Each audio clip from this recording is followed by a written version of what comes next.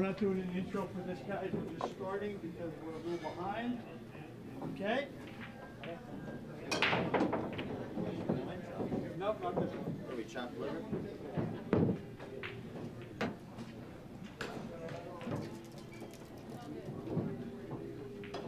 Hey, what's that? Let's practice. Gentlemen, anytime you guys are ready. Welcome everyone to the U.S. Open 10-ball championships being held at Griff's Billiards in Las Vegas, Nevada.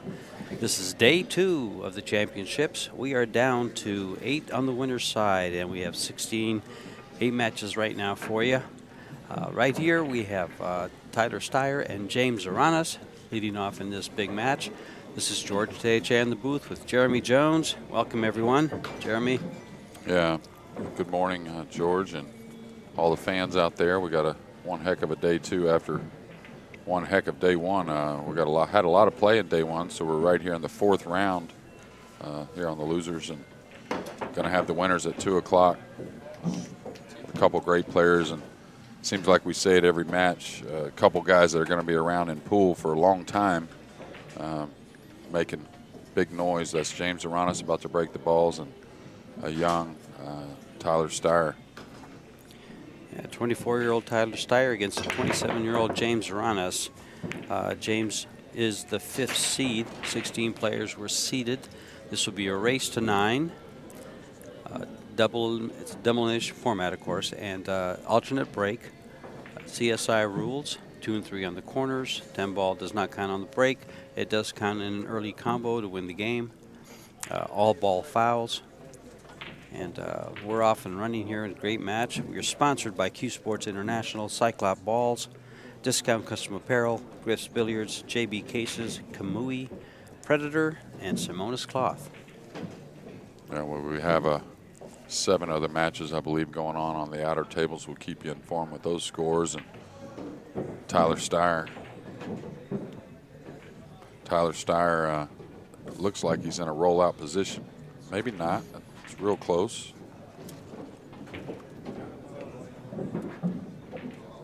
Okay, now he's looking to shoot at a piece of the one and maybe run the cue ball. Something like that. Oh, he shot right at it. He can make the ball. Wow. Oh, great shot. And he's gonna get rewarded here. He's coming on that 2-ball real nice. Yeah, and you're gonna get to see one of Tyler's many strengths here as far as his technique is so good. Like drawing the ball in this situation is something many players, even at this level, will sometimes fret or worry about. Where Tyler's one of his premium shots, the draw stroke. Well, the draw stroke here, though, he's got to be leery of going right in that corner pocket. Well, yeah, and the one thing is just trust your delivery. And it's a funny shot that sometimes if you miss it to the hole, you may catch the point coming back. Can't worry about that corner. If it scratches, it scratches. Yeah. But he's got to get past the 9. Oh, he cut the rail real nice there. Yeah. Speed. Yeah. A lot of times you hit that real clean and it'll come right back in the corner. Yeah, and Tyler's one that, as far as technique is talked about, he's talked about a lot of times. A lot of the great players just comment on how great his form is, and he's a guy that uses more length and timing rather than speed to gain power, which I really love. One of the things you see on your screen is the player's Fargo rate. James is at 805, and again, I said he was the 5th seed of the 16 players that were seeded by Fargo, and Tyler is at 750. So Tyler, I would believe, according to Fargo, is a slight underdog, or a kind of a considerable underdog. But in this format, race to 9, couple mistakes, alternate break format, I think you can throw Fargo right out the windows. We saw last week or 10 days ago at the Predator World Open, at the Diamond Las Vegas Tour. So yeah, and probably a Fargo that you would think is off a little bit, as considering Tyler, the way he's played in the last year, and probably two besides Josh Filler, maybe 2 of the younger players that have made more of a name for themselves in the last couple years without that big win. James has had a lot of wins, not quite the big titles he wants just yet, but two guys that are definitely well on their way. Yep. And they'll show you why right here today as you get to watch these guys. And we can't forget about Russia's own Fedor-Gorst, excuse me. They had a great match. Okay, and Tyler, who is now back in Wisconsin, where he's from, but did reside here in Vegas and played a lot of pool here at Griff's. So he's going to be comfortable in that situation. But you can see how he uses length to move the cue ball a lot more than a bunch of speed. Just a nice acceleration through the cue ball, and man, pretty fun to watch.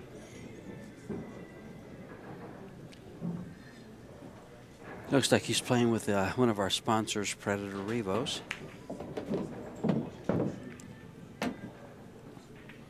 And we talked about it. I believe it was you and I, George, that did his final match there at the Predator World 10 Ball. And you know, he'll tell you probably let one get away there, and just a few shots that you might have thought would have led him to a victory. You never know what would have happened. But we talked about his break, and now what looks like he's going to clean up here on the 9 and 10 and kind of steal the opening break away from James and get to break the balls in game 2. Now, I think, if I'm correct, that not all of them, but most of these guys playing here at noon have played a 10 o'clock match this morning as well. And that actually will really bode well, I think, for loser side players or the one-loss side players getting that early win on what's going to be a long day. I totally agree, especially getting on the stream table. You know, coming from the back tables to the stream table, they've got that under the belt. They've got their confidence working. They've won their match already, so yes, it'll bode well for them. Well, some players have different thoughts about it, but I always didn't mind playing the TV table early. A lot of guys would say, "Hey, don't put me on that until it's down to the end of the tournament," but I like to play a match or two on it. I mean, if you're going to do if you're going to do well in the tournament, you got to be able to play well on that table. Well, if you're going to do well in the tournament, you're going to have a few matches on that table. Right, so right. Yeah, you better get your stuff together for that little slicker, faster table. And he did steal the first game, so he's breaking. Well, still it he did with a great out. Really, it wasn't like tic-tac-toe. Made an unbelievable shot on the 1, great shot on the 2. Stayed in line from there, and this is that break I was talking about. Yeah. Have you seen anybody get enough energy on the 1 where it hops off the rack, goes all the way to the back rail, and back up to the side? No, in fact, have you That's seen? usually about the middle diamond, right? As far as it goes. Correct. Yeah, and plus all the balls, a lot of them hit the top rail and came back down table. Yeah. They're all on the bottom side of the table. Yeah. And a lot of people would think that's speed. That's not speed. It's not that Tyler hits them that much harder than everyone else, and he can. This wasn't near 100%, but it's just a matter. It's just explicit timing, length. You'll notice next time he breaks how far the extension through the cue ball is. Now he's got to flirt a little bit here with the 4-5, I think. He's cutting the 1 in the holding side. It up, though. Oh, he hit it thick. That's going to be upsetting. And he got on the 2 ball pretty nice, but he did hit that a little thick, so he's giving up control. Yeah, and an easy out really from here, as far as just because it's so easy to get on the 2, he should be able to get on the 4 for the corner and ignore that combination on the 4-5. It was thin on the 1, but usually when the players decide to shoot at something, you don't want to bet against them, huh, George? Not these two guys. No, just any of the. Yeah, as soon as they make anybody a decision, left in this tournament, yeah. Yeah, as soon as they make a decision to fire away, I always like to bet on the top players making it. Of course, it's not always the case.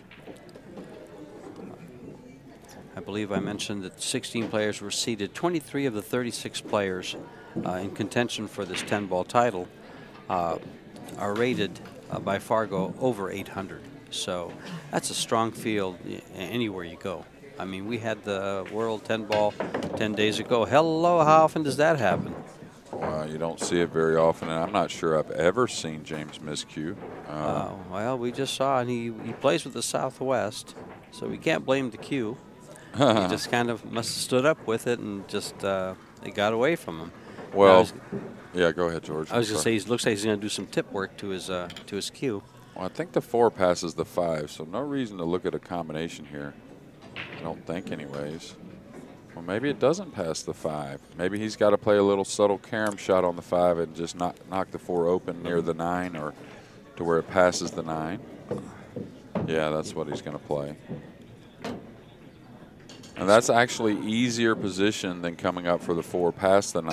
A lot of people would say, with ball in hand, why don't you just run the cue ball up above the 4? Well, that's actually a touchier shot. And this is a really kind of a layup carom shot in the side pocket.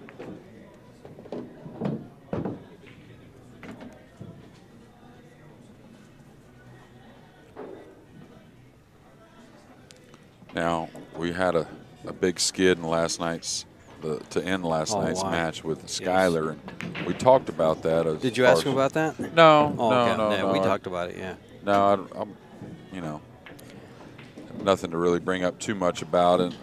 I don't think it's a continual problem, but what I was getting at is we had opinions on why skids happen. Well, we both kind of agreed that it's probably more the arrow than the Indian, or more the Indian than the arrow, more often the player's fault. And I kind of think the same thing when it comes to miscue.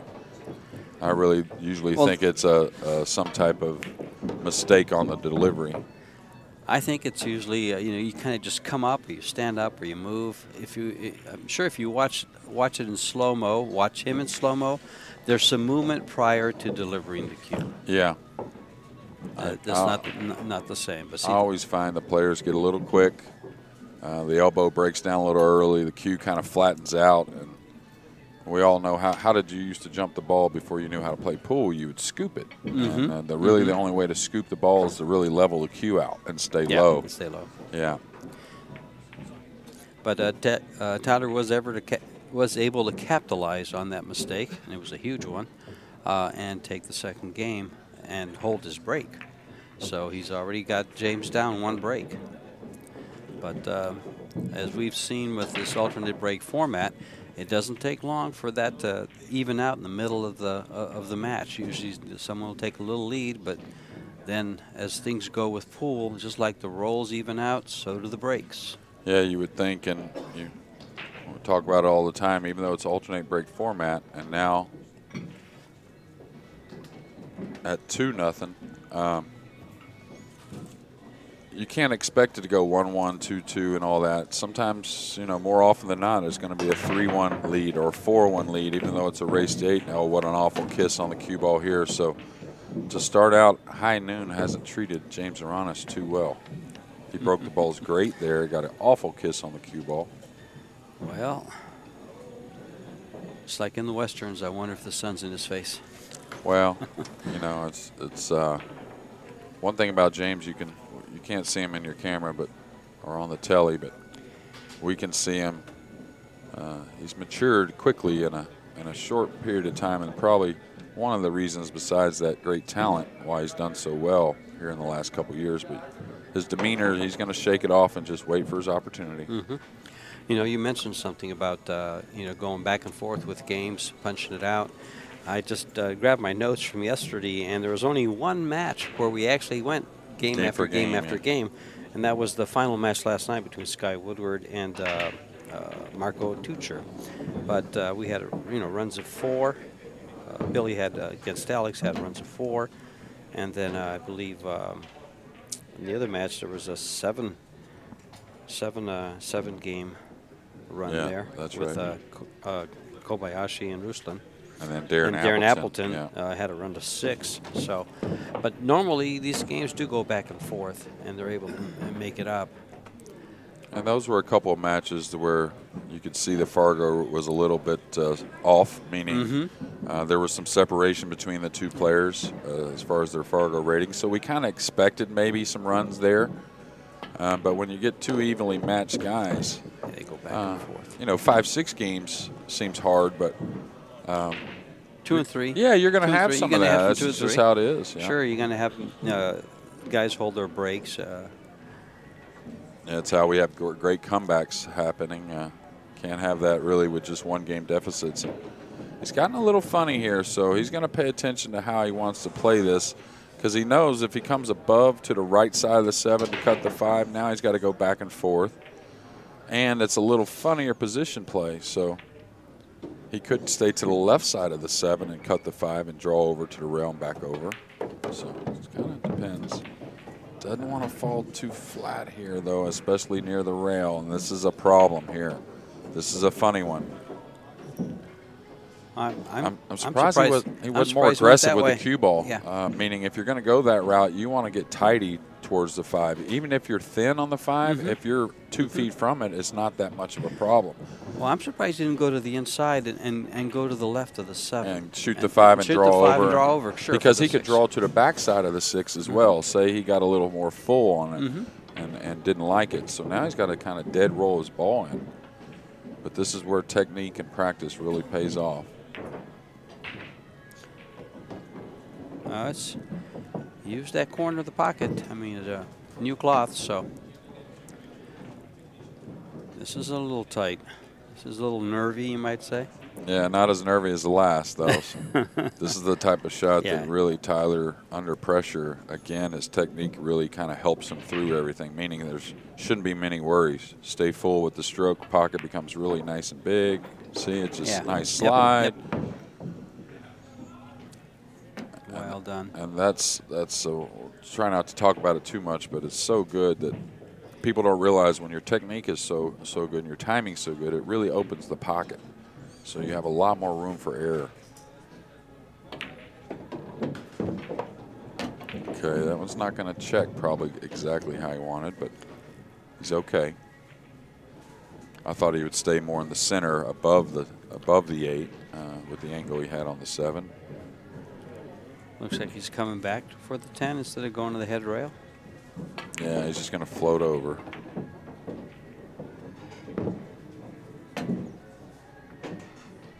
And really on the slick felt, sometimes that's better, especially when you're close, because it's so easy to draw and you don't feel like it's going to get away from you.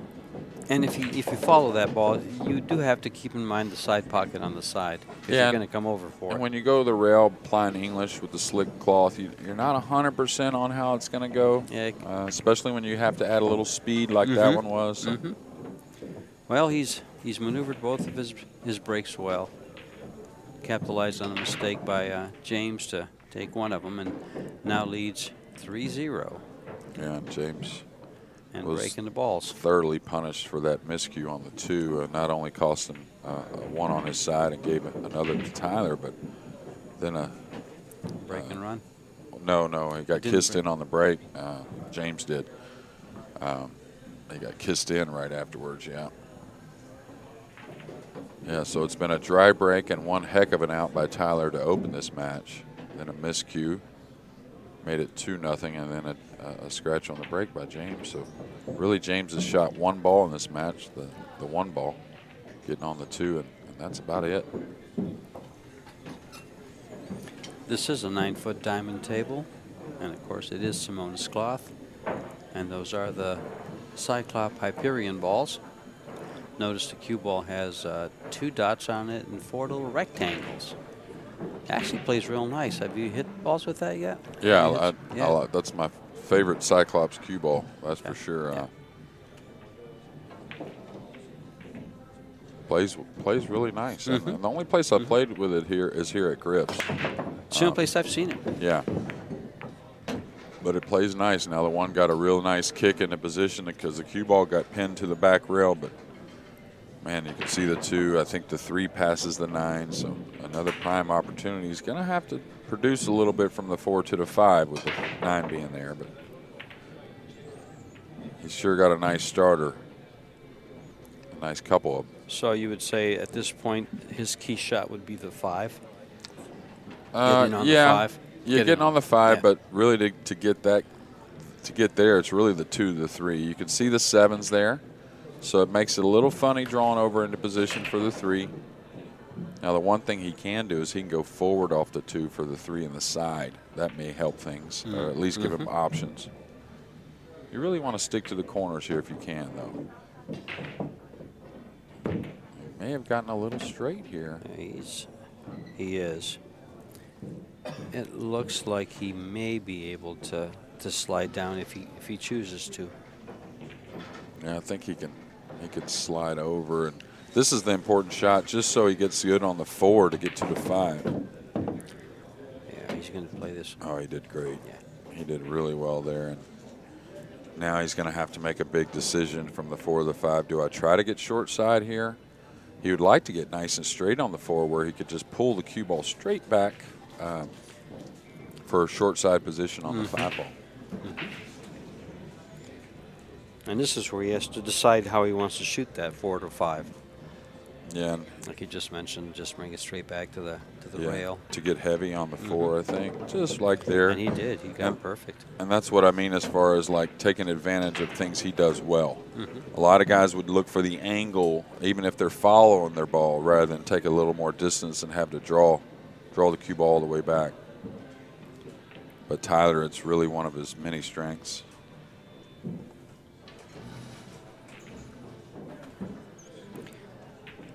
As we view this, some of the matches that are being played, you've got Billy Thorpe, 3-2 over Chris McDaniel. Dennis Hatch trailing Cheng Chu Liu, 1-2. And still a 10 a.m. match, you have Max Eberly and Brandon Schuff tied at 8. And a great draw shot by Tyler here to get on this 5 ball. And with a perfect angle to go to the 6. Yeah. One thing you can learn from Tyler right there, it's really important too, is you notice he trusted the cue ball coming back slowly. He didn't put a lot on it just to make sure it was going to get back there. You have to learn to trust the rollout of the ball, which is an important thing these days with the fast felts we play on, which makes the game a lot easier. And there again, a good exhibition of trusting where the cue ball is Yeah. rolling. Yeah. He wasn't concerned about rolling behind the 7. No, and once you, like I said, it's almost like when you practice, you got to remind yourself, I'm going to trust the rollout of the cue ball. It's just really makes it to where you hit the ball clean a lot more. Now he got a little straight here to where he can't go the rail and get a little closer, I don't think so.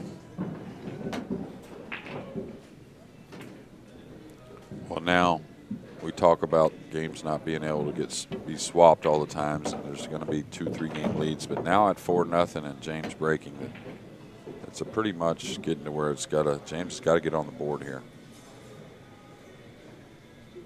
Yeah, because if he doesn't get on the board here, he could easily be down 6-0. Yeah, you expect the way Tyler breaks not to have a dry break and probably to make multiple balls and have a good chance to put another on his side when it's his turn to break there in the 6th game. So yeah, I think a must-win here for James. Yeah, Tyler's given us some impressive performances in these last 3 tournaments we've seen him in. This one here so far is outstanding. We saw a great performance in the World 10 ball. Yeah, really.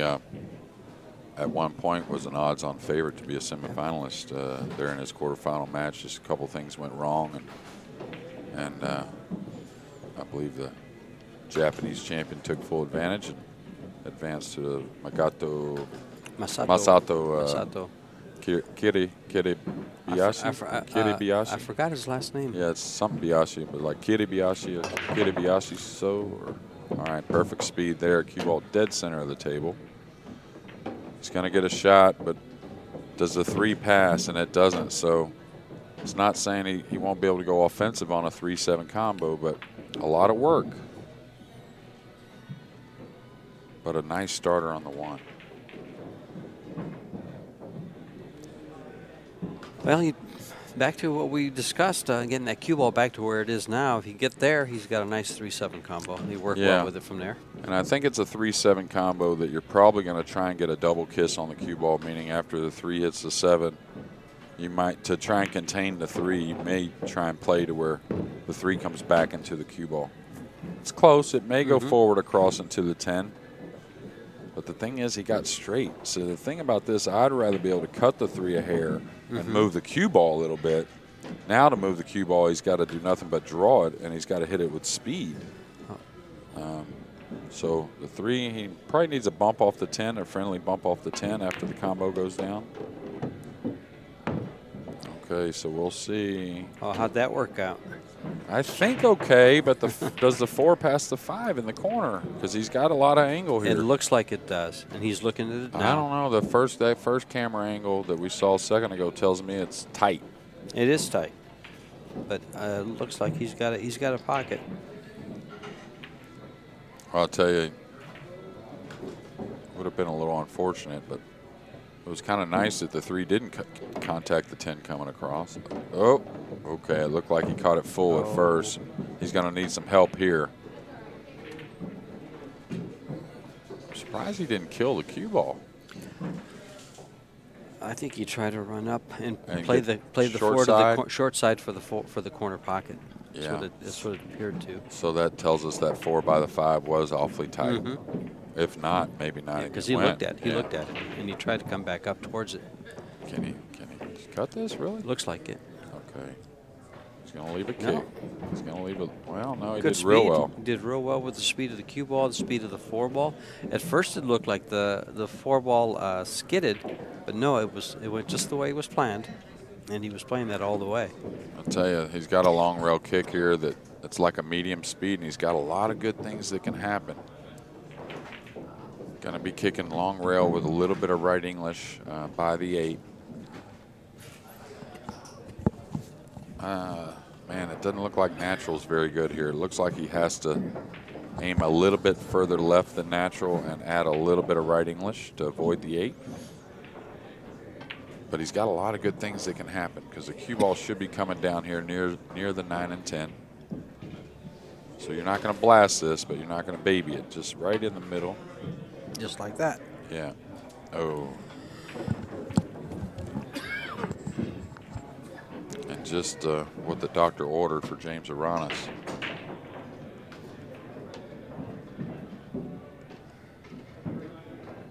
While James is surveying things, we'll get you some outer scores there with, you can see Tyler up 4-0. Billy Thorpe 3-2 over Chris McDaniel. Dennis Hatch trailing Lou 3-1. That young kid surely can play. We still have a 10 a.m. match going. Max Eberly, Hill with Brandon Schuff. McCunnan and Appleton with McKinnon up 2-1. Chinahoff out to a quick lead at 4-2 over Koch. And John Moore and Pagulayan tied up at 2 apiece. These are all matches on the 1-loss side. So 8 of these guys won't be with us at our 2 p.m. when all the winners take over. Some of the matches coming up for you guys as he runs these balls out. You're going to have Shane Van Boning versus Marco Tucher, Corey Duell versus Torsten Homan, Danny Olson versus Jeffrey DeLuna, Dennis Urcolio versus Kevin Chang. So you got some great matches coming up at 2 o'clock. And we'll keep you abreast of those as we stream the 2 p.m. match. And I know it's not quite as many players as expected or wanted, but man, what a field with 37 here in the 10 ball. But man, a lot of great players. Got a lot of respect for Chris McDaniel. I'll tell you, he's over there knotted up. But what a guy that's in the last few years been on the grind, really trying to improve his game. He really has. He comes Put out in of a lot of Colorado, time, and yeah. he does. He puts in his time. He gets out to the tournaments. I've seen him in up and down the West Coast. He came out to Phoenix last year. It was in the U.S. Opens here last year. Was up at the Diamond Las Vegas Open. He's getting out there. He's putting in his time, like you said, and his performance is improving each time he gets out to these tournaments. Oh, yeah. Really solid on the bar table already, but wanting to improve his big table game. And there's a guy he's a dangerous guy. And he's got good mechanics, good fundamentals, and he plays all games. Yeah, and he's I think he's developing more of a killer instinct now. He's been out with a lot of the top players, and saying nothing wrong with being a nice guy, but you got to have a little bit of alpha in there, I think, to really become the player you want to be. I agree. And Now, here's a good break, but look at all the balls are kind of clustered right there at the bottom. As long as the 2 passes the 9, though, you can see he's just got to come 1 rail to get on the 2. The 3 goes down the corner. The 5's real nice. And I think the 2 passes, and he's got an angle. So no reason really not to get out here. I feel the 2 might be a little tight going by the 9 ball, but still.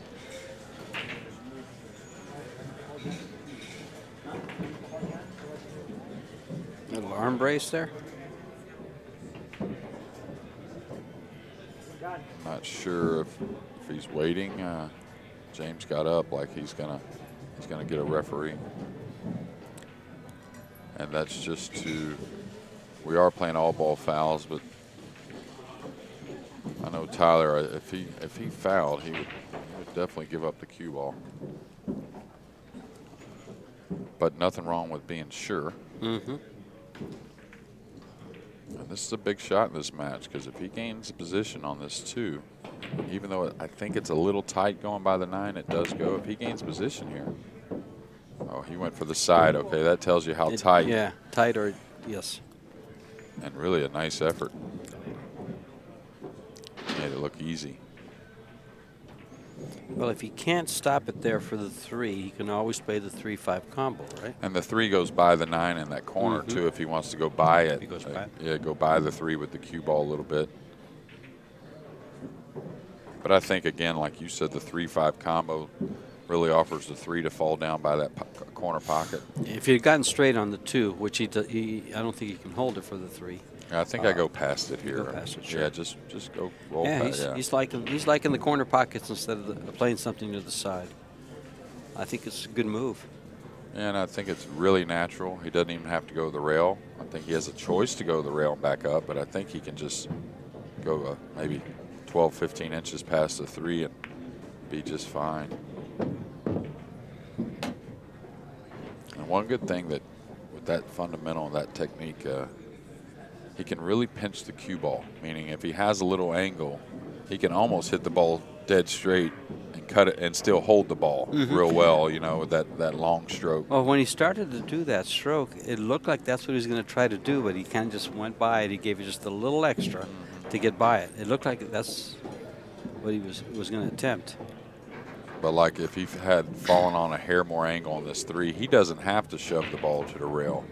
When you use the cue stick and a longer stroke, it's real easy to pinch the ball. He's pretty straight here.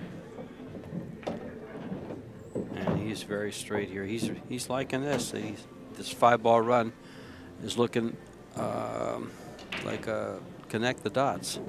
Yeah. If you're worried about it, it's one thing, but nothing wrong with going past the 9 here. I mean, you have a big area. If not, you have to command the cue ball 3 rails around the 9-10 somehow, and I think it's worth just use your talent just to go past the 9. Yeah, no reason not to do that. A lot of people would look at it, oh man, that's scary. I might overhit it, underhit it. Well, if you can't handle that one, maybe not the right tournament you're in here. There's sometimes you just have to handle what's there, right? Yeah, they can't all just lay perfect. Yeah, there's bigger challenges in this game than that one. That's for sure. Probably going to play that in the same pocket. That's something you don't see very often is, you know, playing several shots to the same side pocket or because they get kind of funny. Sides. Not the sides, yeah. For the corner, yes. Sides, not so much. And Does again, he go 3 here or 2? 3, but again, this is really trusting the roll out of the ball. And that one's going to go a little bit now. Yeah, he's got some stuff on it, so. That's okay. It's all right. You realize that when you play on a table like this that's got some speed, you don't want to shoot from behind the 9, you know, like extreme cut backwards to what they call blind pocket. You got to realize you're going to have a lot of these through the tournaments and through the matches. Well, you've got to get the ball out in the middle of the table, and when you're doing that, you can roll past it very easy. Just as easy as you can stay on the rail, too. Yeah, and you can shooting from above the ball is a little more standard. And now 5-1 quickly. So again, I think not only the score and a few things that have happened, but I think the way Tyler breaks the balls, it just puts a lot more pressure on on their James, opponent. on any of his opponents, just because he feels it's almost like it's a little safety valve that where if Tyler makes a mistake, you know, when he gets an opportunity on his opponent's break, well, you feel like he should have gotten that one, of course, but he can always come back and break the balls and seem like make up for it. Mm-hmm. And getting back to what we were talking about, Chris McDaniel, him and Billy Thorpe are tied at 3. Oh, yeah. All the other matches are pretty much knotted up, too. Mora and Alex at 2. Ruslan and Mason Coach at 4. Oh, that's Hatch a perfect and Lou, break. 2-3. Another little bit of a kiss on that. What's the 2 going to do? That's very important. It got a little bit open, but the 10 ball takes away the openness. yeah, and I'm wondering if he can get below it. There's not really a place below it. He's just got to use his talent here and cut this in and come 1 rail for that. It's a pretty decent sized gap, and the good thing is you can shoot the 3-4 from a lot of places. So don't worry about getting so perfect on the 2 to get to the 3. Main thing is just fall in that gap, and I think he's got to shoot it, huh, George? Just cut the 1 up and go 1 rail into that little area. Either go into that area or maybe even try to go into the 9. Yeah. No, I don't know about going into the 9. That's really, I was that's looking. real funny.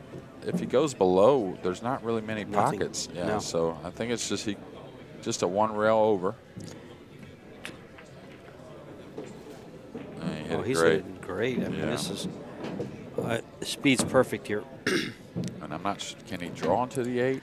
I think he can draw past the 8 and come And back then back out, over. and back over. And again, don't try to get so great on the 3. You got to realize the 3-4 is very playable. So don't make the 2 missable trying to move the cue ball more than than the shot really shows you. Exactly. As long as he comes off that side rail and comes towards the 8 just a little. Just like that. Look how nice he hit this ball. Yeah. Well, another guy that his fundamentals a lot about timing, which is not too uncommon for the Filipino players. You know, James plays out of Roy's basement. You can see his tag on the back of his shirt. He's also sponsored by Lights Out. And again, he does play with a Southwest cue there. Okay. And he played that cue ball well in anticipation of the 3 ball rolling over to that head rail. And now he's just got to get on this 5. Little outside, you think, or does he follow it? Well, it's off the rail. He'll play for the 5 in the side, I believe. With the 7 pretty handy and near the 5, no reason to move the cue ball too much. That's. And he's got a little angle to go to the rail, so no problems. The 8 is offered to both those corner pockets where it's near. So as long as he stays off the rail, don't get too missable on the 7 is the main thing. You don't need a whole lot of angle. Just, yeah, there you go. He can come back for the side if he wants. He can play for the corner. I would have liked to have gotten a hair more full on the 7 and just played the 8 for one of the corners. Yeah, if he's up towards the 7 a little more, he can just kind of stun it over to the left and play the 8 ball in the lower corner. Still okay, though. He'll play off of 2 cushions here.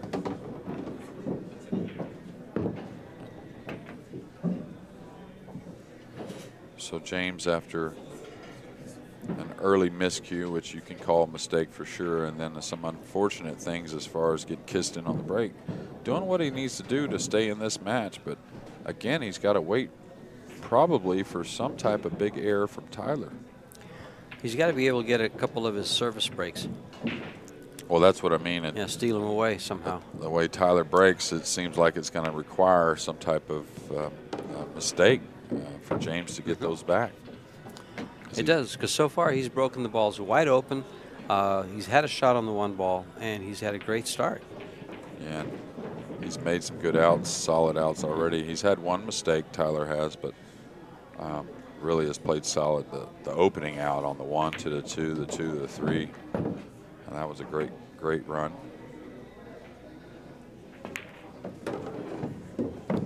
And we're at 5-2 with Tyler breaking the balls. James started off with the break. He won the lag.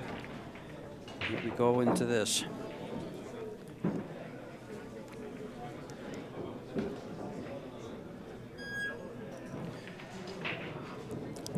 Thorpe is now out 4-3 over McDaniels. Hatch over Lou. Nope, Hatch is still trailing by a game.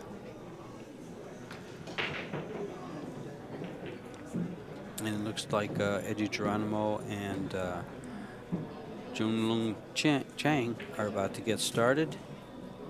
A little late. Yeah, well, that was. They had to wait for that. Yeah. Yeah. Who got through on that match? Did you It didn't show. I just went to the live scoring, and I really. Well, we'll know shortly because the winner has to play right back.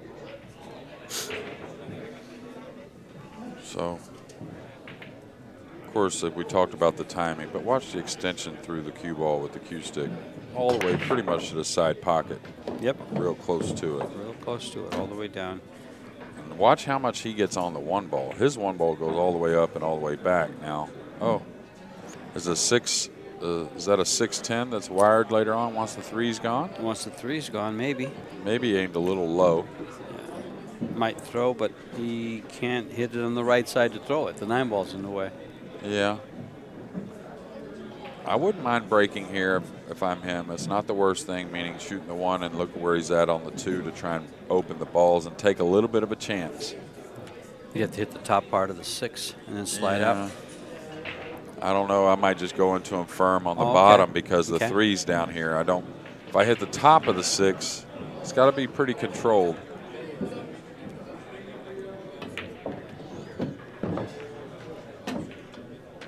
Okay, is this going to offer enough angle? Yep. I don't It's know. close.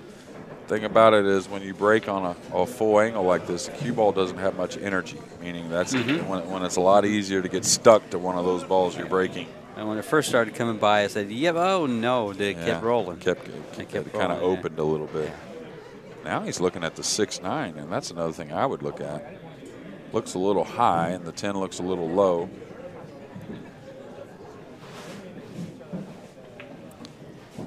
And you don't want to attack it off the 3 because the 5 ball's up there, and you wouldn't have shape on it.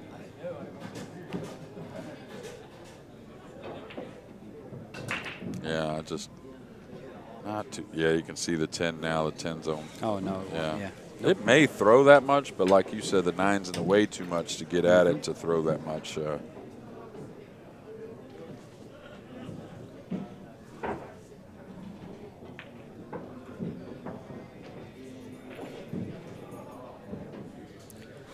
Back forward a little bit. Yeah. Yeah. So how's he going to get around for that? What's he going to do with that 6, 9, 10? He's going to get on this 5 ball.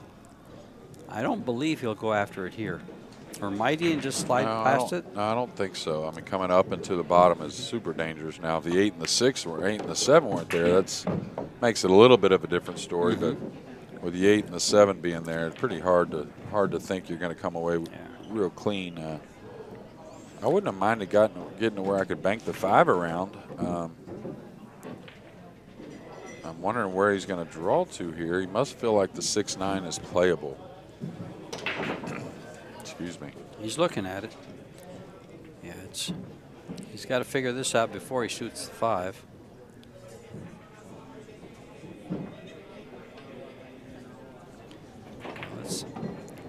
He must have something in mind here. I guess he doesn't because he's stood back up and he says, "I'm going to look at this again." Well, he got a little flat. If he wants to get back to the left side of the table, he's got to put a lot on it, whether it's going 2 rails, zigzagging it, or high ball like he is now. Because he's a little heavier on the 5 than what you might think. So that's going to he's got to throw the 6 back, I think. And this is another one of those, if you have to put right English on this, sometimes it'll hit chunky. Meaning you'll hit the 9 to the bottom rail. You know, he could have been, I don't know that he was. Oh, no, it's the other way, maybe to the side rail, excuse me. He could have been bringing that cue ball down a little further to come off the 6 and maybe try to get behind the 7. Well, I would probably edge the 6 from here and just float him by the 9. It's going to be a tough kick shot unless I'm real certain about this 9 ball. But this is, if you have to throw this ball back, the 9 will go into the side rail. Oh, he had it easy. Now he's got to bank the 6 maybe. And that was a neat shot. The 10 didn't get moved really at all. Just the draw English made the 6 kind of go straight through the 9. So it was kind of a cool looking shot, really, even though there wasn't much to it. But I think he'll consider stopping the cue ball right there on the 10 and just banking the 6 ball up to the 8? Yeah, he's got to cut it, though. He's got to cut that to do that. Looks like he's got to cut it. Now, he may just bank it just straight across and just take the safety, and nothing wrong with that. Yeah. Yeah. So that's another one of those scenarios we talked about yesterday. Hey, make sure you get the snooker. You got a 5-2 lead. The bank was probably taking the worst of it. So even though these guys kick well, and James may pull off a nice kick shot here, I think it's still good percentage play at 5-2. I like that shirt. And he's got him in. He's got him in tight there. Now, had the 6 come up a little closer to the middle of the table, it would have been a probably. I guess it wouldn't have been better safety. It'd be easier to kick in. Yeah. And here he doesn't have really a kick-in shot. I think he's called it in the upper right-hand corner. So he's going to kick it over there. Bring the cue ball down towards the 10. Right. These players, they're very successful with this type of kick generally. He's going to need a little fortune here, and I'm not so sure he's going to find it. Yeah, he is. He's going to find it. And Tyler's not going to be so upset about that. He knew with that type of safety that there's a good chance that I don't come away with a very good shot. But he just, you know, you still got to make your opponent kick at the ball, especially at 5-2. I guess if he can see that pretty well, he might be able to kick it over to the side pocket and stick the cue ball behind the 7.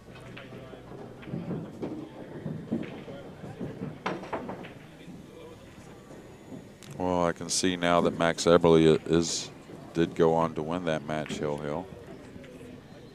Needs that to bounce. He's been playing well. He's been playing very well. Max has been playing great.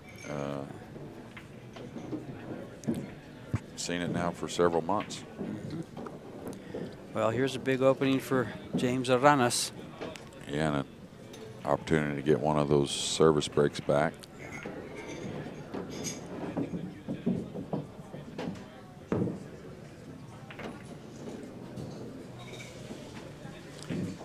Just fall forward, and he should clean this up pretty good, pretty easily.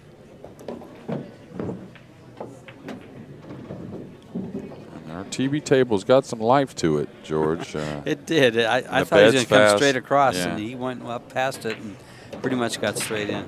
Well, he's not fighting it, right? Yep. If it's fast, go ahead, and sometimes that'll tell you, well, when there's that slight choice of holding the ball or moving it, that'll tell you Might to as move well it. move it. Yeah, exactly. Sure. Don't fight it. This is what we were talking earlier, and I said I'd like to get on the TV table and hit some balls on it. I thought we already made a date. Well, that's for later. Oh, I wanted to do it at the beginning, so that way. I don't want to catch you when you're rested. These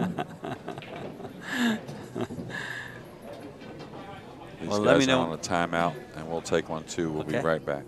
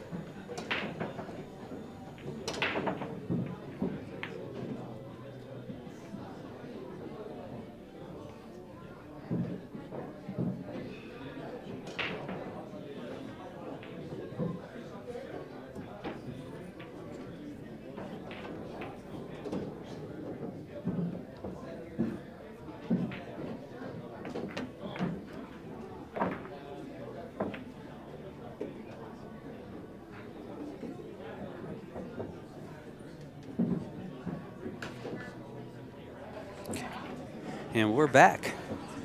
We are back. James is back at the table, racking the balls, getting ready to go on with this 5-3 race to 9. James is trailing 3-5. Tyler started out 4-0 till James won his first game, and Tyler won one, and James won 2 back. Yeah, James has got a chance to apply a lot of pressure now after being down 4-0. If he can get this rack, be a match of 2 stories. And you had mentioned it earlier, and we saw it just a few weeks ago, that we saw some matches that started off one-sided, and for whatever reasons, a lot of times it was just opportunities. And these guys take full advantage of them. But then we saw in the middle of the matches a lot of comebacks, and maybe not all the way to where they won the match, but certainly made it interesting. Made it interesting, put some pressure on that player. Yeah, and that's what we want to see. Gave himself a chance. We want to see the best players in the world play their Under best the pool, but under extreme pressure. Under the gun. We don't want to see these 9-1 wins. When we're in the booth, we hope that every match is a hill match, just for you. We had a great one last night. I thought that was almost a 3-hour match. Yeah, that's one thing Sky did comment. He Yeah, thought it was the longest race of 9 he had ever played. He said that he walked in this morning. He goes, I said, I'm not going to have another 3-hour match. He didn't like that at all. Okay, a funny shot here, because if he wants to throw it in and hold the ball a little more, that might go by the 3. So he may run 1 rail into the 3 here instead of going up and back. I think that's okay. Just 1 rail right at the 3. Okay, he played it with inside. Okay, and he played it with the inside just to make sure he guaranteed position on the 2, and nothing wrong with that at all, actually. I didn't really know that was available. I thought if he went to the left, he had to go up and down. So a nice shot there by James. Made sure he didn't get behind that 3 ball if he rolls past it. Billy Thorpe, after tied at 4 apiece, has stretched it out to 7-4 now.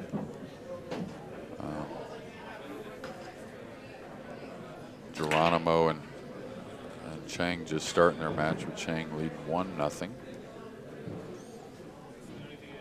We'll get some other scores. Chinahoff and Koch. Chinahoff trails 6-5. Mora and Pagaline tied at 4 apiece. Hatch now leading Lou 5-4 after trailing early.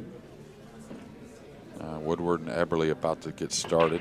Thorpe now again up 7-4, and Mackinnon up 4-2 over Appleton. So you look at this loser side, and it's just like every tournament. You know you're going to have a guy that lost early that's going to make that run. Anybody you like, George? On the loser side, who might come through? Well, there's a lot of killers, so. Yeah. Well, you got to throw Alex in the mix, no matter what the field. Usually, and Chang, who's so solid. Chang, exactly. Junglin Chang. Actually, the 3 Asians in there. Yeah. Lou, Chang, and is Kevin Chang still in there? He's on the winner, so. He's on the winner. He's on the winner side, yeah. Yeah, you've got to put him in the mix to look at the being finalist. Top 8. Because right after this, we're going to be down to the Sweet 16. Okay, he's worried about not just getting position on the 4, but getting to that 5 with the 7 being there. So he's going to move the cue ball a little more here. Now he's got to stay off the rail. And where's his angle taking him? He may have to load this up with inside English and play short side on the 5. And now it's telling me maybe that's not even available. Does the 4 ball go by the 7? Yeah, he's just going to go 1 rail between the 8-10, I believe. Well, I guess that ball goes. Yeah. Straight across. He had enough angle. Yeah, doing what's needed to keep the pressure on, and it's a little out of his hands as of right now, and that's just mathematically. If Tyler was to go on and break and run or just win on his break, he would win the match, but that's not usually the case. Usually there's an opportunity that arises. And even with the break as powerful as his, something can go wrong with the break. Yeah, misfortune. Yep. Not even misfortune, just part of the game whenever you break Sure. and don't get a shot. Some of those intangibles that we have in pool.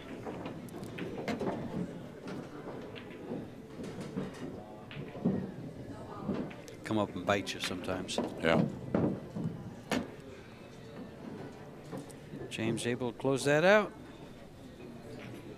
And now there is a little pressure on Tyler Styer. It's not that 4-0 lead that he started out with. He's now looking at a 1-game lead, but he has the break. So in his eyes, he's probably still looking at it as a 2-game lead. Yeah, and the long-term thought process for Tyler and just his entire what he's looking to do. This is just another match that he's putting under his belt. That's a different situation, maybe a different scenario, different day, and just of course trying to win it. But it's going to bode well. All these situations bode well for making you a better player.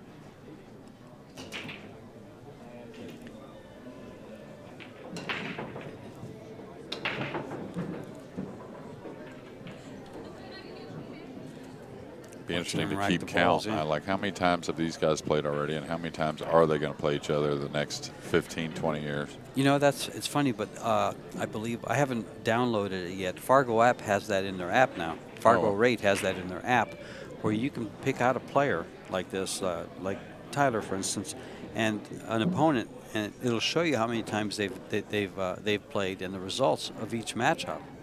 So that's going to be one of the either new things that Fargo just did, or I know it's going to be available on their app. Okay, the one's going to open up for the corner, and it's pretty much a stop your ball shot with the 3 in the lower right and then the 4 cross side. So, what a break! What a break when your key shot is the 1 ball. Well, the thing about his 1 ball that's so much different is he gets enough power on it to where it gets up and back out and really open in the middle of the table, where a lot of guys, it ends up on the middle of that side rail, and if the cue ball's not real handy, well, there's not much of a shot sometimes, at least an offensive shot. Whereas we've seen it already. Tyler's broke the balls twice, where the one went all the way back to the end rail and back up in front of the side. Well, it did it again. It came back down, but just look at this. He stops this ball here for the 3. It's a stop shot for the 4. He's stop shot for the 5. So he's coming down. Oh, great shot. Okay.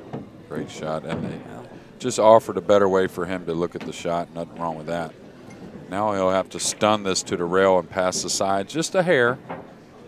But the good thing is when he shoots the 5, he's got a lot of room to go in between the 9, 10 and run the cue ball back for the 8. So nothing too fancy here. Oh, is he playing this on the side? He's playing it in the side. I like playing it in the corner. Yeah, because you can handle, like if you get just a hair thin on the 4, it's okay. You can shoot the 5 from a foot further away. I think he heard you. I don't know about that. No, I was teasing. But because he went over and looked at it and said, okay, if I leave the cue ball here, where am I for the 4? And then, because if he can just fall forward on the 4, he's got a great angle on the 5 to go to the 8. Yeah. And again, if he doesn't get it ideal on the 4, he can handle shooting the 5 from another 8 or 10 inches. And there it is right there. So now you can just fall forward a little bit and stun the ball right up for the 8. Yeah, this will be a decision. He may draw back to play the 2-rail angle out in between the 9, 10. Okay.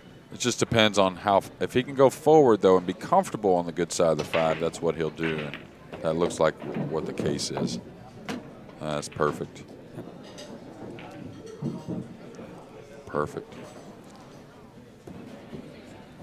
Just picked out a spot for the cue ball. And then find himself a little 2-rail angle for the 9. Yeah. And again, it's not about getting close to the 8. It's about keeping the line on the cue ball. He's going to be going towards the 8 already. Did you get too flat on it? No, he's okay. It's okay. It's just he may elect not to use the 2 rails now, just the 1-rail angle with a little high right. Which, you know, on a slick table, I prefer this, because if you always look at that 2-rail angle on the slick table, which we all like, you have to put a little something on the cue ball to get it going. Picks up speed. And so then they can get away from you on this Exactly. real fast table, where the 1-rail angle to me is a little bit more played on a table like this. Good point. You know, I keep saying that a lot when you're doing commentary. Good point. Good point. Well, it's just Because you make great points. well, it's a matter of, I guess, remembering all those mistakes through the years. It's kind of like you remember the losses and you remember the. You remember losses. You don't remember your wins, but you remember your losses. Right. And you remember the shots that lost you the match. Yeah. Usually.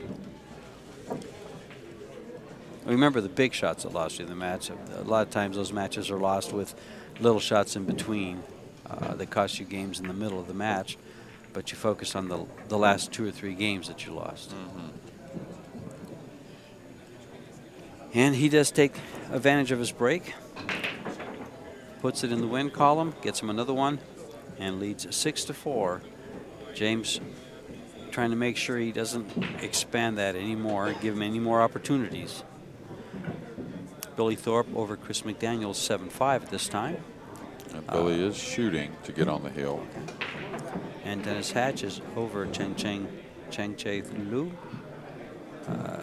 Junling Chang is 3-0 over Edgy Geronimo. Mati Kanyan is 4-2 over Appleton.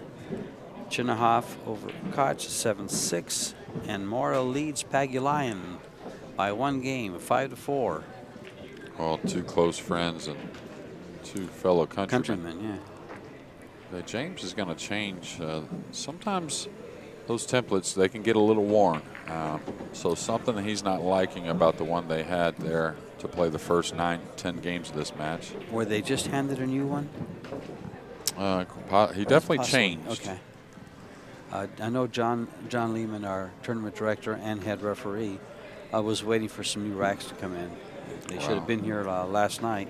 Billy Thorpe hung the 9 ball at 7-6 to go on the hill, to get on the hill there. Hello. Yeah. I looked over when you said that, and I saw Chris McDaniel running over to the cue ball. He almost did a sprint from the bench to the ball. Well, here we go with the break, trailing 4-6. And he broke dry the first game, and then had an awful kiss the second time he broke the balls. It's not dry. Really broke the balls well ever since, and now a bad congestion. But the 3 does pass the 6, so if he can shoot the 1, and I think he's got a 2-rail angle by the 10 to come to the short side on the 3, I believe. So even though at first glance it wasn't too pretty for James, I think he's something that's doable for him. And he's got a great lead in with this 1 ball to get the angle. Yeah, just to the center of the table, really. To the center, right. And then the 4's in a nice position to where if he doesn't have to get great on the 3, the 5's over the side. So really about these first 3 shots to cut our match back to 1 game deficit. He should just probably float 1 rail. He could go 2 if he wanted. Okay, and the problem with this is if it gets going on you, yeah. He's okay, though. He's perfect, yeah. Now, I would imagine if I'm shooting this ball and I'm going to try to hit that middle diamond on that left side rail and kind of just land the cue ball just off of it. That's exactly right. Get it to the diamond and just get about 4 inches off. The middle is definitely where you want. And he's done it exactly. Yeah, picture perfect. Yeah, really nice. And it's still fine. I mean, you would think, oh, I don't want to be quite so thin, but you're off the rail. It's a pretty big pocket at that angle. Main thing is just don't baby it to the hole. It'll slide. Only thing to go wrong here is, of course, miss the ball, which we doubt he'll do.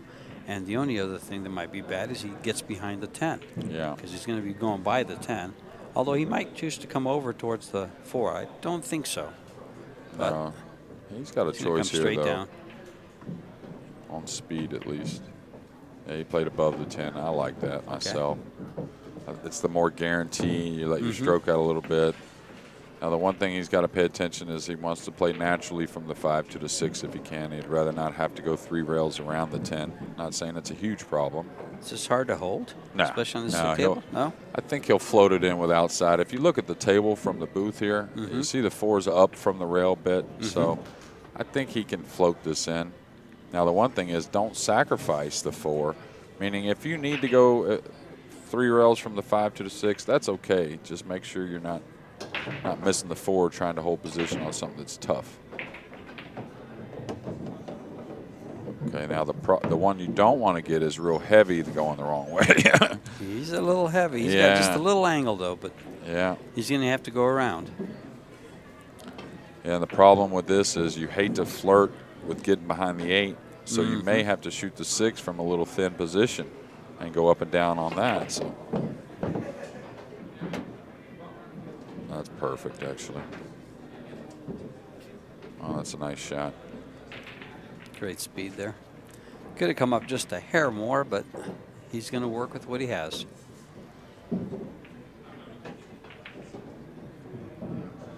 Yeah, he'll just, if he wants, he'll apply a hair of right English. Not a ton, just a little bit. Okay, so used every bit of the pocket, but good speed.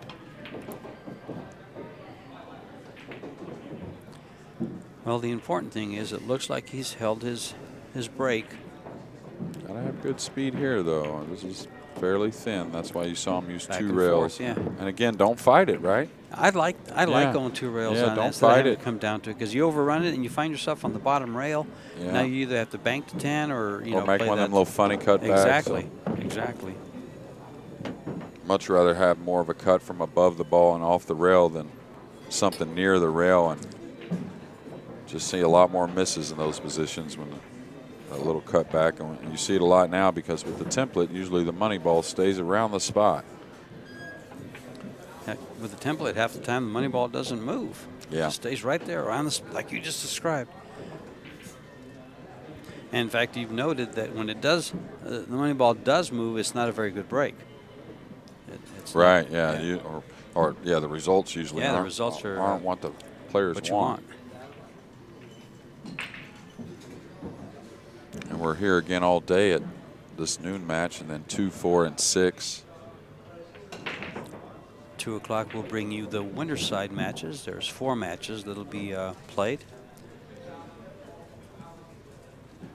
We'll have one on the stream table for you. Watch this big break. Well, he missed the ball on the side. Of course, the corner, 4-railer. got both 4 railers. Got the 1 ball. Got the 2 and the 3 in the corners. Got the 1 in the side. I think he has a carom on the 5 as well. I think he has a carom shot on the 5. Now, the one thing is you got to be really aware of the 9 ball. Because you want to hit it hard enough for the 4 to get up a little. But you got to be aware, is the cue ball going beyond the 9?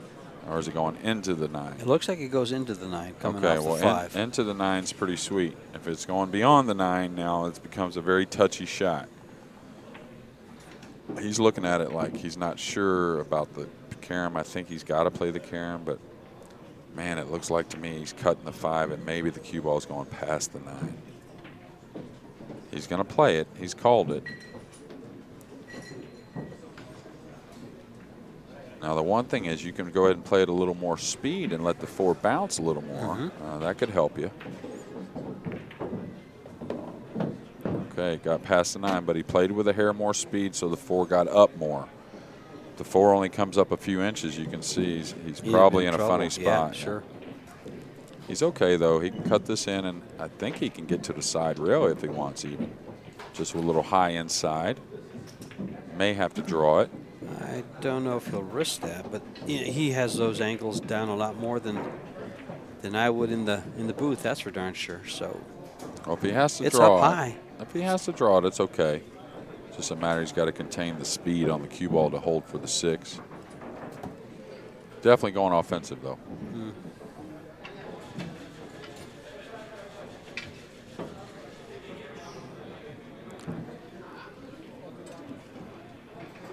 Yeah, it's laying a little funny. It's a real thin cut, and if he wants to draw it, he's going to have to put some pace on it, and he doesn't care for that at all.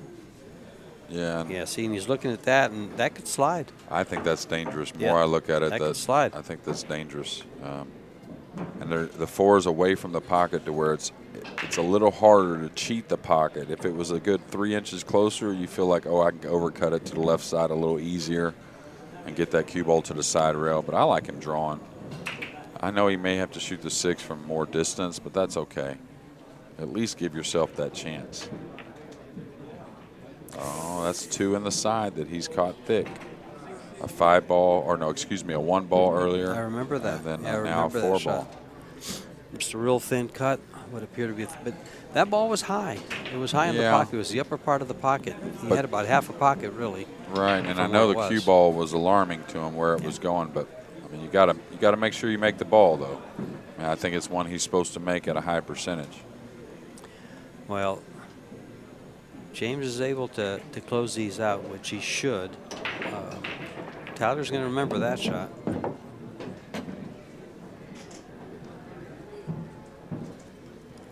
Because it might be a stinger. Yeah. Well, I think timeouts are there to be used, and have certain situations to use them. And I think when Tyler gets the opportunity, he should take one, probably regroup a little bit. James isn't going to be too happy with that. A little off angle, and he wanted to be a good foot closer to that 7. And it's mainly the angle. It's just a little off, so he's got to either hold it or shove it to the rail, kind of whichever he chooses.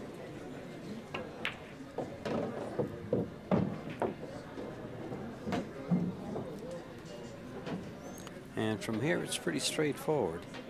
He's probably going to bring it back a little bit. Yes, just a few inches.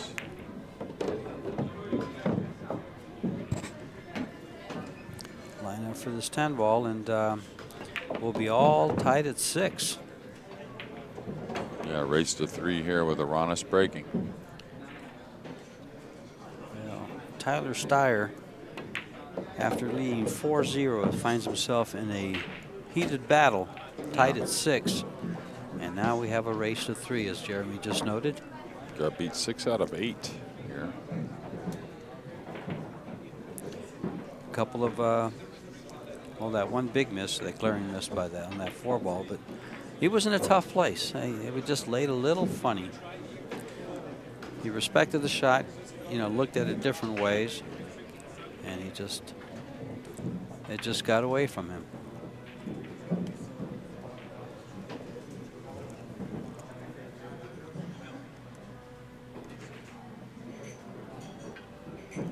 Billy Thorpe's at the table ahead 8-6 and shooting at a long 9 ball to advance past Chris McDaniel. And he's pocketed it. Yeah, and he's got pretty easy on the 10, so Chris is going to get eliminated, but Billy's going to survive and advance to the next round. Well, the one thing, Billy knows is he was in a match. Oh, yeah. Chris gave him all he could handle there. Well, that's pretty typical with Chris. He's going to let you know he's there. I mean, he'll make a mistake here and there that you. Oh my! Look at this that kiss. Wow. That's cold. Cold. Wow, he should have. It's like the first one, man. Wow. Kind of from nowhere. The ball was stopped. It was just parked right about where the 1 ball, about where the 5 ball is. And was it the 5 ball that kissed it in? I think so. Yeah, it just stopped it right there. Just kissed her right in the hole. Ouch. Is what you say to that. Yeah, and after a mistake or two, that ball and handle, usually clear that up. That's one of the best Band-Aids there are. Cool. Well, it looks like Alex has been able to take a lead over John Mora, 6-5. They've been back and forth, back and forth. Well, Chinahoff was in a match, but stretched it out and went ahead and won. 9-6. Over Koch and McKinnon ahead, still 2-game lead at 5-3 over Appleton. Woodward up 3-1 over Max early. Geronimo trails Chang 3-1. And now Dennis Hatch, I think, with his first lead of that match at 6-5 over Lou. Be a good win for Dennis. Yeah, I mean, Dennis, great player. Good to see him out playing, I'll tell you that. And they're within 4 Fargo points. Dennis is 775, Lou is 771. In fact, I believe Lou was the last, yes, he was. He was the 16th seeded player.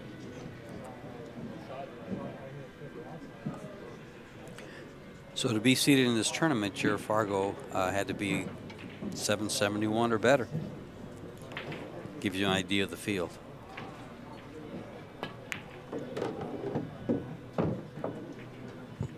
Okay, so a little bit of a shot here now. The 5 doesn't pass the 9, so he's going to have to play for a little bit of an angle on the 5 to move the cue ball for the 6. And I'll tell you, if he gets thin here, this could be funny. If he gets nice and heavy where he could just draw over to the back side of the 6, that's okay. But if he gets a little thin, that 10 really comes into play.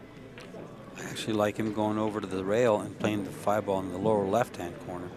Well, I don't think he'll move it that far, just because of the way the shot laid. And so now he's got to draw by the 10, but not too much to where he may scratch. I don't think he can afford to go forward. Can he go forward with the high inside and go all the way around the table? Around the 10? You can go around the 10. And between the 9, 10, and all the way back up? And just up for the 6 on the side. Ooh. Is that a little tight? Is that a little too much finesse? Yeah. I mean, I think he's either going to draw to the left side of the 10, or he's going to go with a lot of top inside English and let the cue ball really move around the table. I like drawing by the 10 to the left side. Kind of slowly draw two rails out. Okay, he went with the highway, right. And there's nothing wrong with that. Just inside English. Mm-hmm. Probably knew he was going to have a little bit of distance on the 6, but as long as he's off the rail, that's okay. Well, again, as you noted, he's playing on a slick surface, so he knows it's going to run. That could have easily run another foot, and he'd been perfect on the 7, on 6. I mean, he hit the lines he wants, yeah, though. The line was perfect. The line is really nice.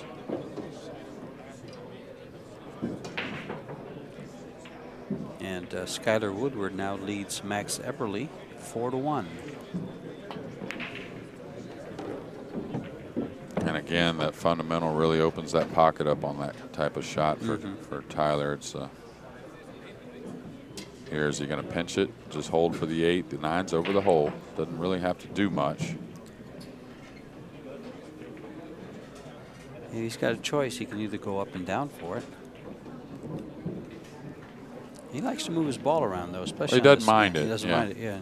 And he does it, like you said, he hits his lines, so. Yeah, he went up and down.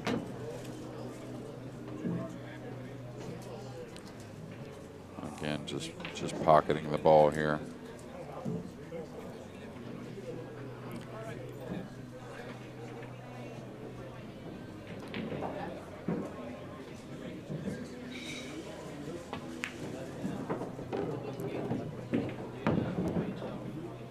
Making sure he got on the inside of that pocket.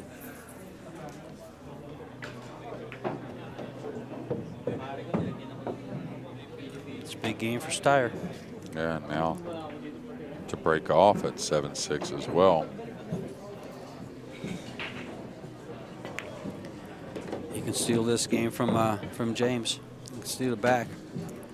James got in the match, and Tyler can just run away with from here, get on the hill before James comes back to the table.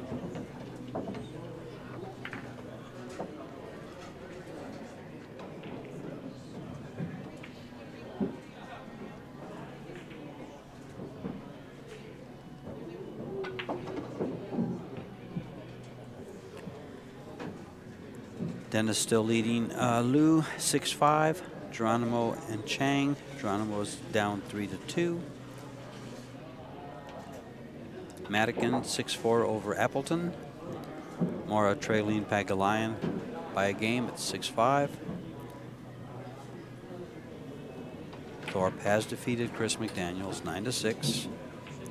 And Ruslan Chinahoff has defeated Mason Koch 9-6.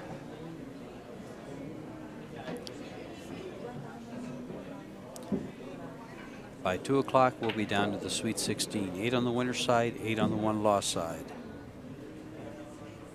And we have matches at 2, 4, and 6. And then a same lineup for tomorrow. Okay, missed the ones in the sides, but the 4 railers really stood true to form here in Las Vegas. Last month, it was the one to bet on, that's for sure. And now again, in a prime position with a shot on the 1. It's just all about making the 1. The 4 goes in the side, so you can see the 3 over the upper right-hand corner. So not too much worry as far as getting the run started. Well, the 6 is on the right side of the 7. The 7 leads easy to the 8. If there's going to be a problem, it's going to be between the 4 and the 5, I think. Yeah. And really, the only problem I see is, you know, of course, things can develop as the rack gets played, but bearing down and making sure you make this one. Speed on the cue ball's got to be nice. You don't want to get elevated over the 6 going back and forth, or obviously behind the 6 going back and forth. Okay. Took the 6 kind of out of the equation. He's on the right side of the 3 to go to the 4. This looks real good. I don't think James is anticipating coming out of his chair. No. Not with this layout. Not until rack 15 when it's 8 to 6 most likely, and he's gonna need 3 in a row to stay in this tournament. That's still several shots away, but that's kind of what we're thinking. It's a tough place to be, sitting in that chair watching your opponent just methodically run right through your demise. Yeah, now I like what Tyler did there. Instead of jacking up and digging down on a bit of a cut shot on the 3 to get through the 4 to the side. Went in and come across for the 4 in the corner. Now he fell a little shorter than he wanted, so we'll just see what he decides to do. Should just move to the rail and out. Oh, he's following past the 5, so that must be very available, meaning there's no scratch or anything. And this is the type of shot that he can really pinch and hold it. Almost stops it really kind of right there if he chooses. Now he may cut it in the side, come around to the open side of the 6, but he looks like he'll hit the rail and come back out. Play it in the corner, catch the rail, and come back out. Not sure, but well, he's got choices. That's funny. I Is it a think little funny? I think moving it to the rail and out makes it missable. I think that's why he's shooting it in the side. Okay. Yeah. Otherwise, he'd have to shoot the 6 with a little more angle. He wants that to go a piece. Okay. So the 7 does pass the 10 in the lower left, I believe. He's got to get the ball to the rail then. And the good thing is if he ran into the 8, he would still have a shot.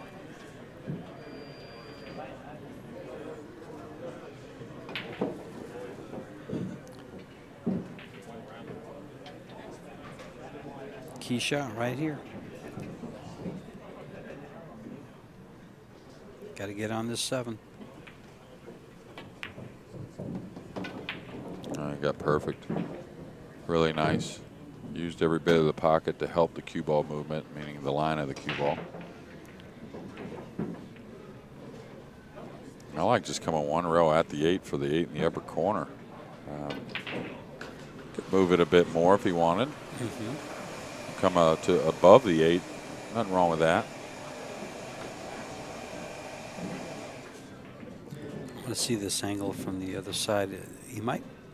Looks like he's doing what you asked, but he might be going past it. Yeah, he's going past it. And there's so many options on the 9. That's why if you fall a little straighter, you can fall forward for the 9 on the side. It doesn't pass the 10, I don't think, but that wasn't really a bad place as long as you weren't too thin on the 8. Probably play the 8 and 9 in the same pocket.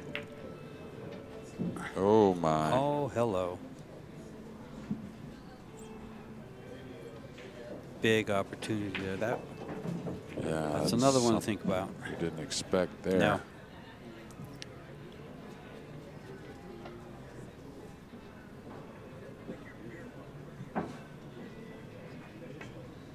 And those are the ones that just really stay with you when you miss shots like that. Yeah, and it's all right. He got a little funny here as he's almost got to go into the 10, I believe. Not sure he can draw by it or not, because he doesn't want to catch a little piece of it and not like cut it over to the side rail and end up with like a bank on the 10. It's going to take his time. He's going to look at both sides.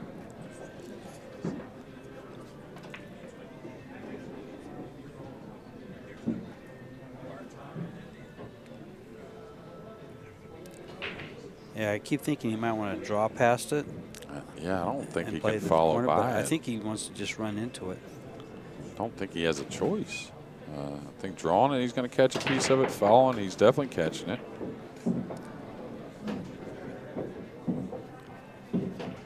It's a matter of how hard he wants to hit it, really.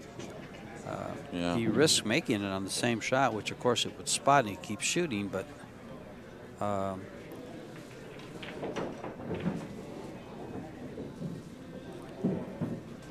he's digging in.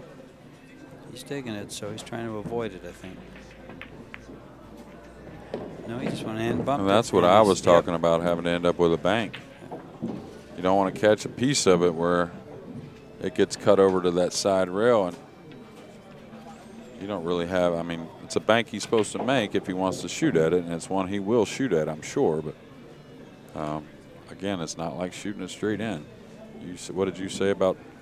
You said about banks and something else the other day. Banks and no kick guarantees. and easy jump shots. Yeah. Yeah, easy jump shots.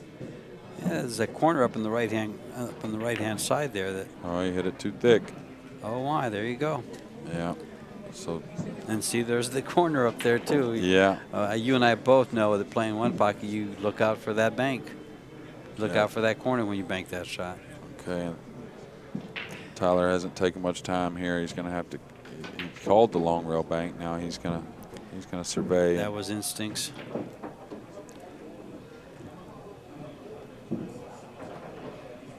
This is a tough place to be. He's 9 feet away.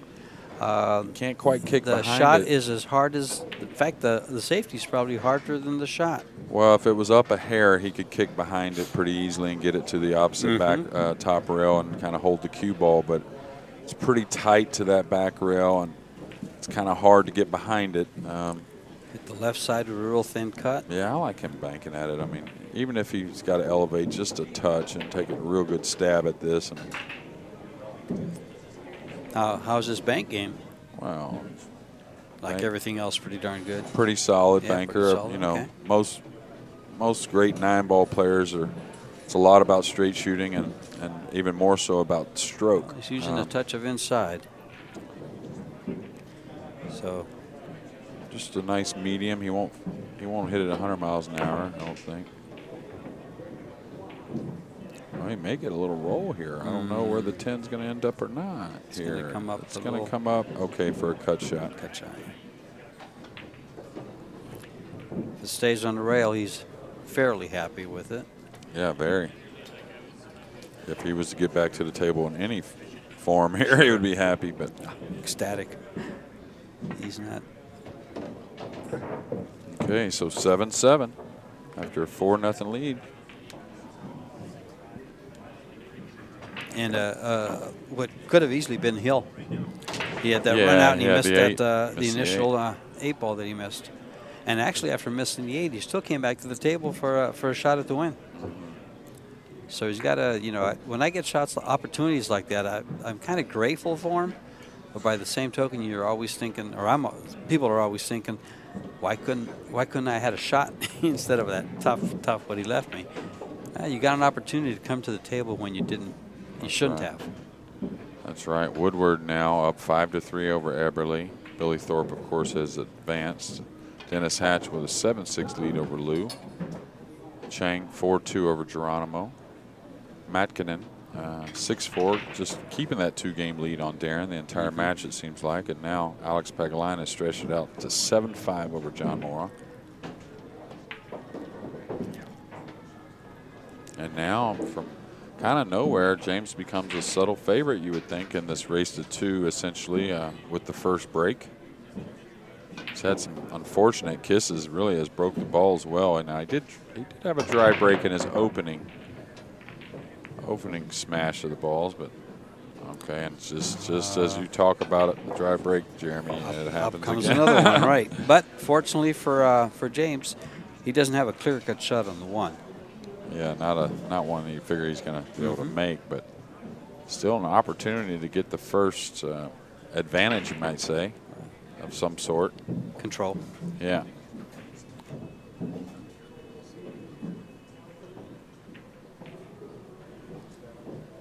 This is touchy. May look to run the cue ball some type of way off the 1. I like that better too. How about right side extremely thin, 2 rails over by the 9? Oh, Yeah, it gives up a shot though. Maybe, yeah. I was thinking maybe run it 2 rails in between the 2-8 back down somehow like that. Oh, that's a nice shot there because that wasn't easy.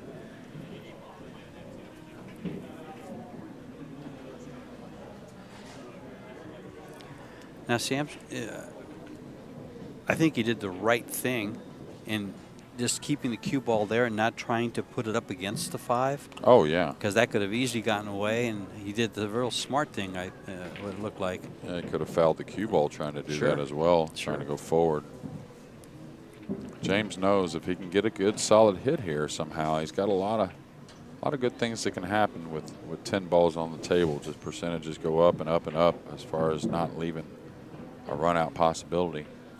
Big game here for James, because if Styer gets to clear these balls out, he's breaking for the match.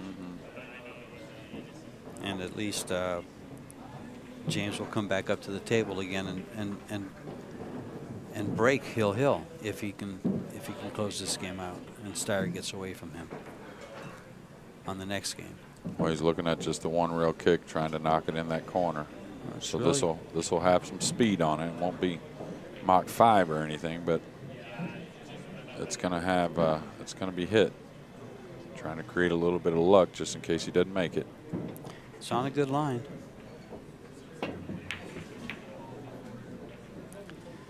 But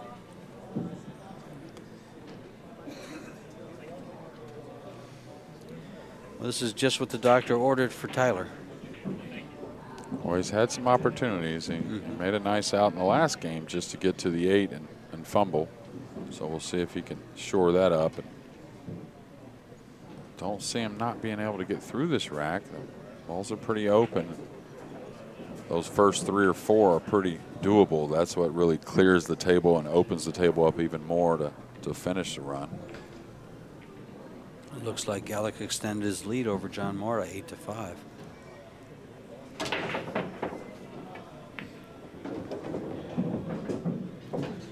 That's a nice shot there. Trying to get a little close to the 2 because you know you're going to get heavy on it and you want to draw it back into position between the 7 and the 4. And that'll offer a nice 3 rail position to come around for the 4 in the upper right most likely. It just kind of depends on how heavy he gets on this 3 ball. I think he's going to have an angle though. Oh man. I was going to say he's going to have a window to draw that 3 ball in. But he only needed like 3 inches though, 4 inches. I didn't expect that.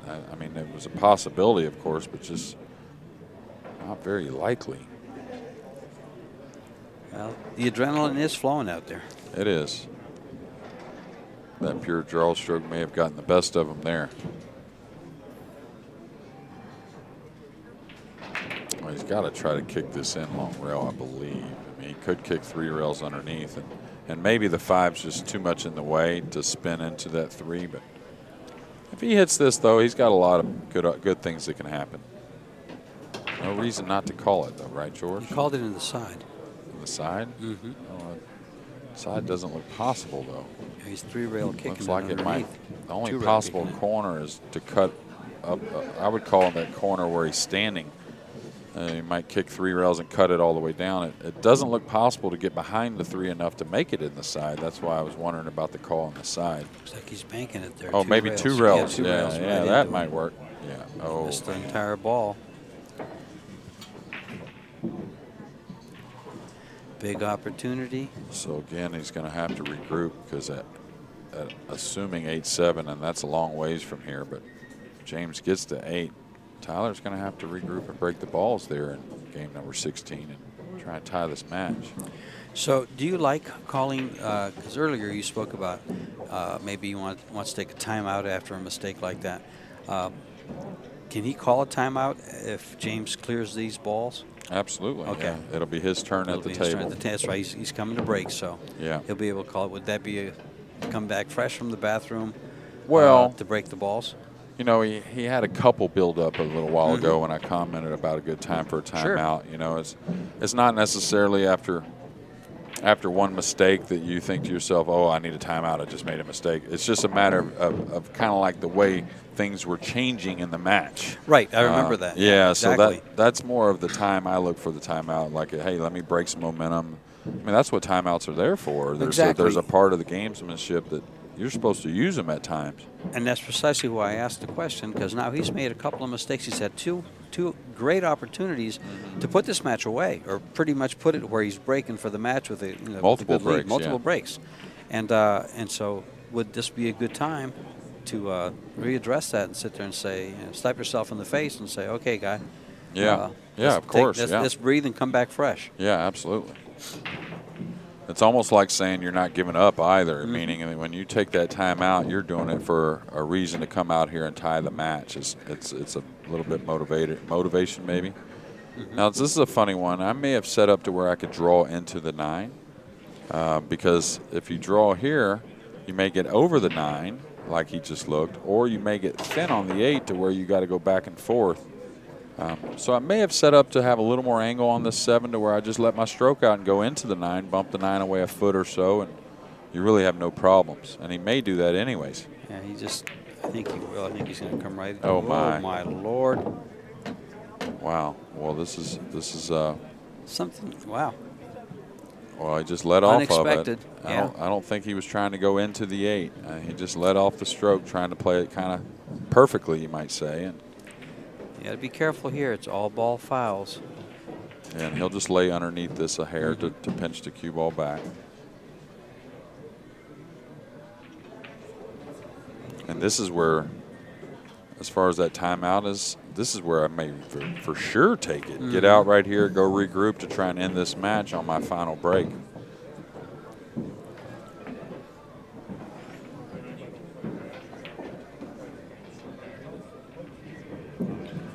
I can guarantee that's not something that's going to happen very often. We just saw that missed 8-ball by Tyler earlier, and then scratch right here by James. Yeah, well, he looked a little uncertain. He did. I guess he tried to get perfect on that ball instead of just going ahead and drawing it up into the 9. Into the 9, yeah. And I think, like I said, I might have set up with more angle on the 7 just to guarantee I can let my stroke out and I'm not going to draw past the 9. I'm just going to go into it with about a foot bump speed. It's not going to get away from me. The way the 9 was sitting, it was close enough to the rail where you could never get behind it, meaning like, tickle it a little bit going by and still get behind it. Yeah, you're going to hit it pretty full one way or another. You're probably going to catch the rail and the ball at the same time, so it's going to stay. Yeah. So did Hatch go on to win? Yes, he did. 9-6 over Lou. A nice win there for Dennis. Another guy that if he got going here on this loser's side can be a real threat. Dennis is pretty emotional. Well, how good's Tyler got to feel to have a chance to break the balls now to win the match? It looked like that may not. It looked like he was almost done for, to tell you the truth. It looked it swung. Once he missed that 8-ball, it just swung into James's way. But by the same token, he came right back, and Tyler had a shot at the 10. Yeah, and the way Tyler breaks, he may break well enough to where. Look at this break on the cue ball. Well, now he's going to get. He's got a shot on the 1, and one he should go for. It's a winner. Sure. It's really the shot to win the match. Left side with bounce off the rail and over for the 2 on the right-hand side. Yeah. Yeah. And really, it's a ball that doesn't hang from that angle, meaning you're probably going to be. All right, he's maybe looking immediately at the safety, and I don't blame him just because he can edge to 1 and get behind the 3-4 so easily. But you got to shoot at this because he's going to shoot it with enough speed, George, to where the 1's not going to stay there. Meaning the 1 doesn't hang from these angles usually. It either goes in or gets away. Exactly. Yeah, and so he's going to follow the cue ball on the end rail here. So not a whole lot to worry about. Just don't baby it. Oh, nice shot. Nice shot, and James knows that he's got to have another big error to stay in this event.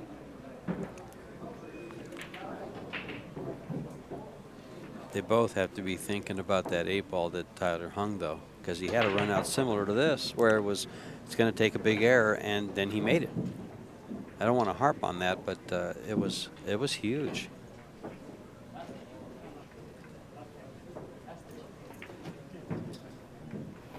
Okay, got that one down. The 5 you can see.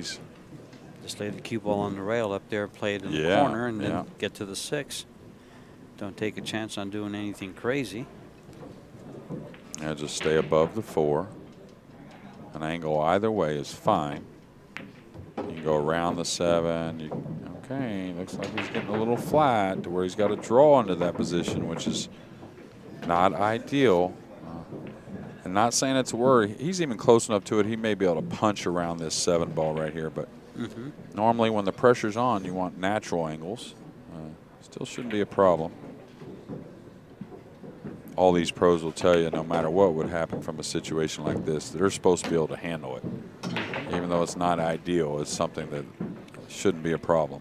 Well, this is a little draw shot here.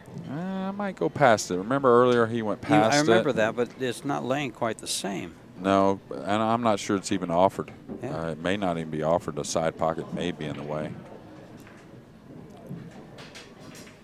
But the 7's not too far down on the end rail or anything, so he can cut the 7 after making the 6 from a lot of positions.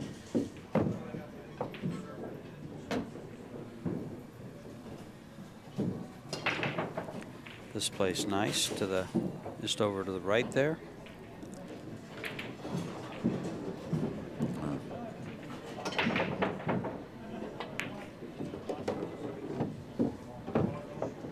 And doesn't look like the 9-ball goes by the 10, so you have to play it to the right side. Just a little high inside, yeah. No, this is that. You want to go inside here? Yeah, this is that prime inside? situation Okay. where if you want to come out 2 rails with draw, you got to put steam on it, right? And it can get away from you. That's why the high inside on this type of table is so much better in that situation, because you're never ever really kind of putting a lot on the ball and it get away from you. Yeah. And you said that perfect, because right there is actually for myself and for probably a lot of other players, my speed. It's right in the middle. Yeah. You're right in the middle. Inside, or do I 2-rail come out of there with a little juice? Well, James Aranas has conceded. conceded. And Tyler goes ahead to win that 9-7. Yeah. Oh, so Big we lost. win for him. Yeah, Big we win lost for James for the 10 ball, but he'll be back for the 8 ball, and we'll be back at 2 o'clock for a winterside match. And this is Jeremy Jones. This is George Th and Jeremy Jones signing out for till 2 o'clock. See you soon. Bye.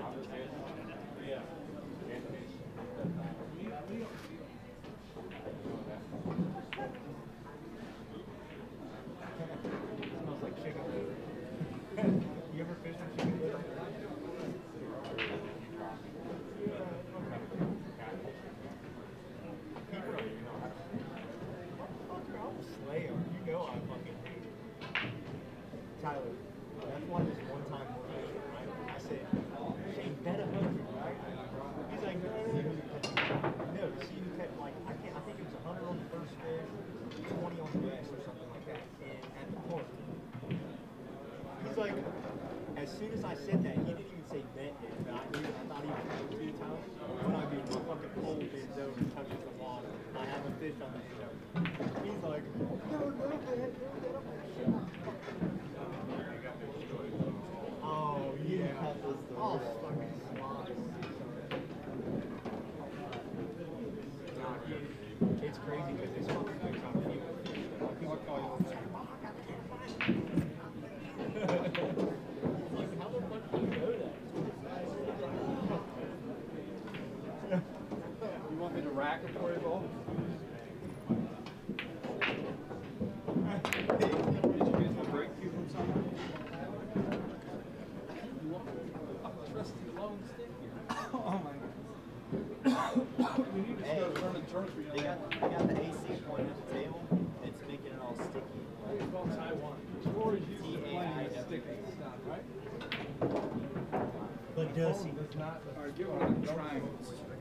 T-A-I-W-A-N. It's the magical rack. One of these, right?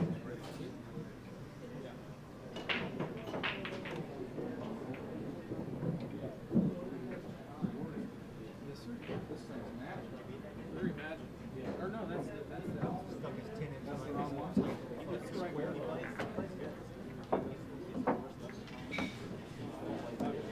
Sir, well, he's racking for me. No, he's not. He's my rack. Out of the playing area.